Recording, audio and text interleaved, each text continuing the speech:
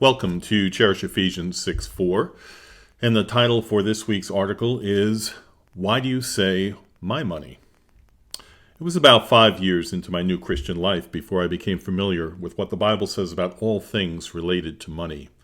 I became part of a small group Bible study, and reflecting back, I learned some of the most life-impacting truths in my Christian life.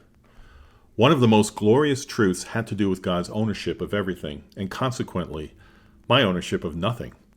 I was greatly convicted as I thought about my perspective on money and other material things for so many years.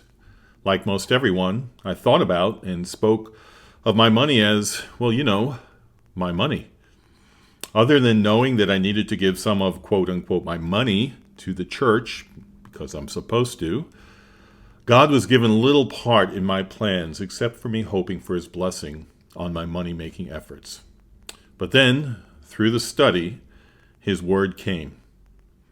Behold, to the Lord your God belong heaven and the heaven of heavens, the earth with all that is in it, from Deuteronomy 10:14. And the earth is the Lord's and the fullness thereof, from Psalm 24:1. But this was just the tip of the iceberg. The next passage that I will share is what I believe is one of the greatest passages in the entire Bible. For context, we must travel back to the reign of King David.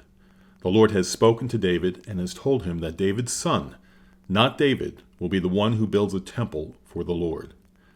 However, David is to take an offering for the temple from the people. The people respond with great generosity, and both the people and David rejoice greatly. And here is what happens next. Therefore, David blessed the Lord in the presence of all the assembly. And David said, Blessed are you, O Lord, the God of Israel our Father, forever and ever. Yours, O Lord, is the greatness and the power and the glory and the victory and the majesty. For all that is in the heavens and in the earth is yours. Yours is the kingdom, O Lord, and you are exalted as head above all. Both riches and honor come from you, and you rule over all. In your hand are power and might, and in your hand it is to make great and to give strength to all. And now we thank you, our God, and praise your glorious name.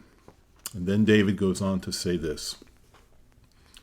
But who am I, and what is my people, that we should be able thus to offer willingly? For all things come from you, and from your own we have given you. For we are strangers before you and sojourners, as all our fathers were. Our days on earth are like a shadow, and there is no abiding. O Lord our God, all this abundance that we have provided for building you a house for your holy name comes from your hand, and is all your own. That great passage is from 1 Chronicles 29:10 through 22. And my heart is still lifted up when I read this passage. I wanted to underline or emphasize every word in those 12 verses in my Bible, but what I'm trying to point out here are the parts more pertinent to answering the question of who owns everything. It is the Lord. In addition, He is in absolute control, and no man is outside of that control. Proverbs 21:1. He rules and reigns the earth. Isaiah 40:21. And He is the creator of all things. Acts 17:26. And what about evil and the bad things that may happen to me, even when others mean to hurt me, or other things in the world are tragic for me? God is in control, turning things that were meant for evil into good for me and His glory. Genesis 50:19 and Romans 8:28. This is the God who has saved us from our selfish, self-centered, sinful hearts, evidenced once again by the idea that whatever we have in our possession not only belongs to us, but has come to us as a result of our own efforts.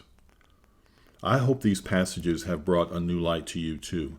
If so, the question is begged.